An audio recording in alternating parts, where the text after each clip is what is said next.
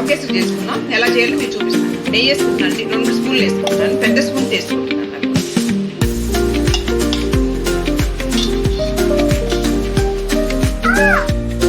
జీడిపప్పు కిస్మిస్ వేసుకున్నామండి, నేతి వేయించుకున్నాం.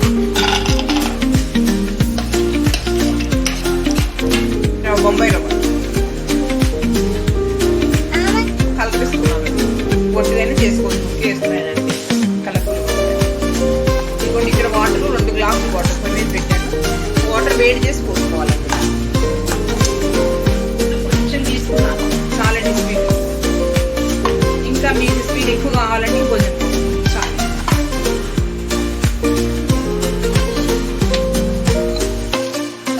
గ్లాసులు పోస్తున్నాను, చన్నీళ్ళు పోసుకోకూడదు. Glass water పోస్తానండి. 3 యాలక్కాయలు పౌడర్ చేసి షుగర్ వేసి పౌడర్ చేసేసానండి. ఇంకోండి దగ్గరకు వచ్చేస్తాయి. ఇంకొక టేబుల్ స్పూన్ నెయ్యి వేసుకున్నాను, బాగుంటుంది టేస్ట్.